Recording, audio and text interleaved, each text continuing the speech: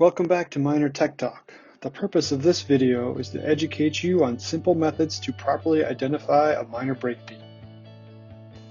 To determine if the miner brake beam is a number 18 or number 24, there are two main indicators.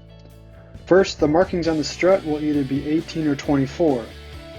If the strut is not visible because the beam is already installed on the car, count the number of fasteners at the end of the beam. 2 fasteners equals a number 18 beam, 3 fasteners is a number 24 beam. To determine if the miner brake beam is right or left-handed, the indicator letters near the strut fastener will read LH for left hand or RH for right hand.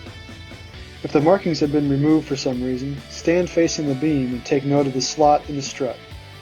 If it is facing to your left, that indicates a left-handed beam. If it is facing to the right, that indicates a right-handed beam.